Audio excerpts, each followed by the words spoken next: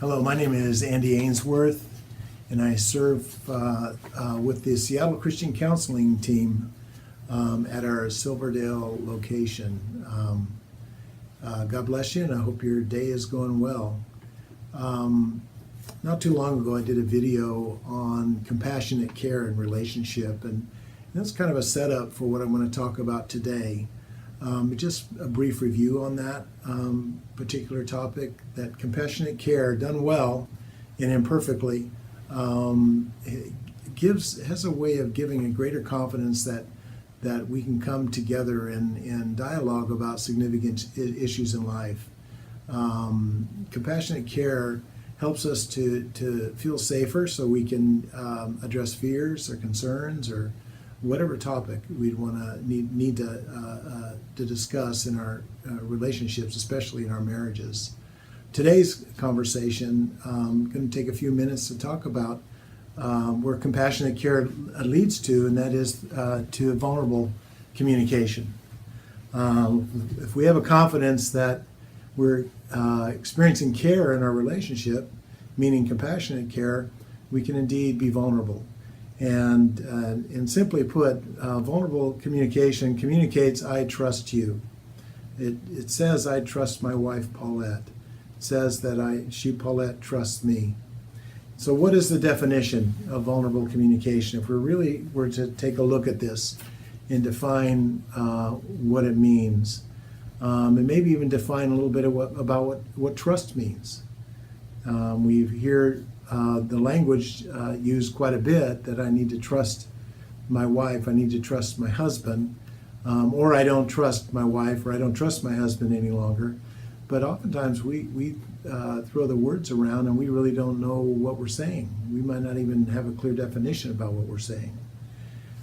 So let's take a look at a definition just for a minute here. So vulnerable communication, communicating trust, pretty much means I'm going to risk openness about my needs, and I'm going to risk openness about my feelings. I'm going to risk openness about my hurts, the wounds that I have in my heart, because I know we have a foundation of compassionate care. I know we can talk about needs and feelings and hurts, and we can do it well. We can dialogue well with maturity and kindness and gentleness. And maybe even some different feelings that can be tumultuous, but nevertheless, it's safe.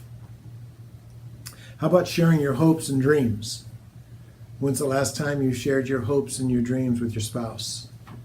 Vulnerable communication allows that, and I can trust that I'm going to be listened to when I share with Paulette what my hopes and dreams are, and she enters my world with me and sees the world through my eyes, and works hard to do that, and walks in my shoes, and she does that pretty well. When's the last time you'd experienced that? How about confiding your feelings about your difficult day at work, and just want to come home and share? And you just want to confide. You want a private place, a safe place to share your feelings. Or you just had a bad day and you need a confidential, safe place to share. How about expressing what's enjoyable about your sexual intimacy? Or how about being able to safely dialogue about what's not enjoyable regarding sexual intimacy? Very few people talk about their sexual relationships, and it takes a very safe place to do that. So just a few definitions to consider when it comes to vulnerable communication that really says that one spouse trusts another. Jesus gives us a good example about vulnerable communication in John 17:8. He said really clear. He talks about how he gave to his disciples what God had given to him, to paraphrase. You talk about open communication. He's open with God, and everything he has, he's going to be transparent. He's going to be clear. He's going to be vulnerable with his disciples. Indeed, Ephesians 5:1-2 says, follow his example and imitate him. Well, he gives us that incredible example of oneness with God and transparent with one another. And perhaps you might consider that for your own relationship, for your own marriage, that in your own walk with God, and if you indeed have a walk with God. If you don't, I certainly hope you will consider that step in your life. And being open with Him, and certainly God wants to be open with you through His Word, you'll find that you can be safely vulnerable with your spouse over a period of time. Again, we want to be respectful and considerate, and be clear that at times there's been enough wounds in your life that it's hard to go there immediately, but in time that can happen as you feel safer and compassionate care enters into your marriage. So what's the primary hindrance? How about what blocks the vulnerable communication in your marriage? What's your primary hindrance? And what is a primary hindrance, I should say, to vulnerable communication? And we suggest that fear is the main block. We've written an article. You can check the website out. Our website out, Andy A at SeattleChristianCounseling.com, and did some writing on fear and how compassionate care addresses fear. By the way, but we find that fear is an ultimate block to vulnerable communication. Fear hides, manipulates, controls, blames, selfishly takes, all this to feel safe.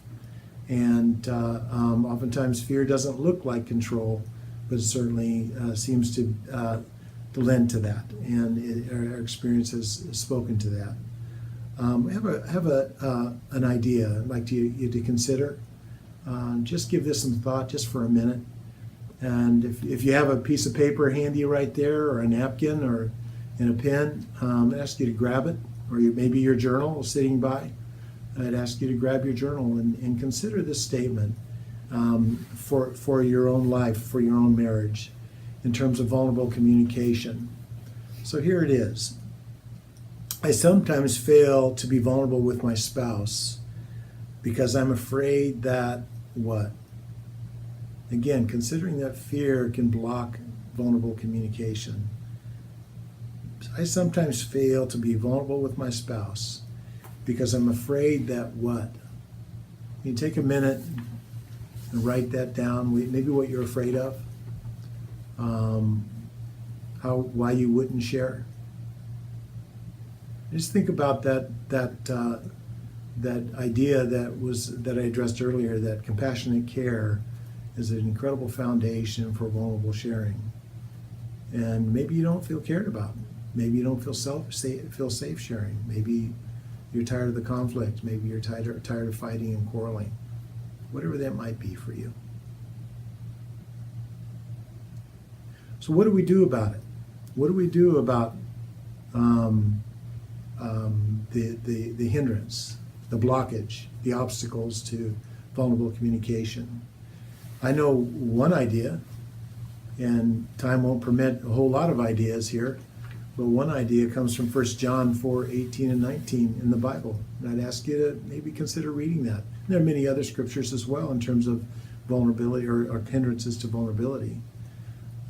He says this, Jesus says this, we have a growing confidence that we love each other because he loved us first. When we know that we are loved, it's interesting how we will have the confidence to come to one another. I know that Paulette loves me, and I've shared before, and I brag about this. Paulette and I have been together for 44 years, and we continue to work on a relationship, and I continue to grow in confidence that she loves me, and I know that I can come to her with my heart. All those fears that get in the way seem to be put aside, and I'm able to be vulnerable. I can trust her with my heart, and I like to think that Paulette can do the same through these years, that she can come to me and share her heart as well. God's our example for that.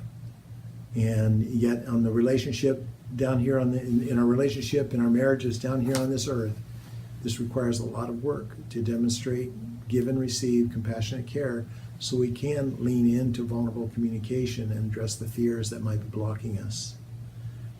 got another thought that I would ask you to consider. Again, grab that journal or that napkin or another napkin and a piece of paper and maybe jot this idea down. One way in which I could be more vulnerable with my spouse and ease his or her fears is by what? What would you say? One way in which I could be more vulnerable with my spouse and ease his or her fears is by what? How could you take that risk? How could you be a little more clear about some concerns you have and vulnerably share with your husband, with your wife? What do you need to say? What do they need to hear? So just a few minutes of talking about vulnerable communication and sharing, learning to trust each other at another level. I hope this blessed you a little bit. I hope there's a little something in this little conversation, and God bless you, and blessings on your family, and we'll see you down the road.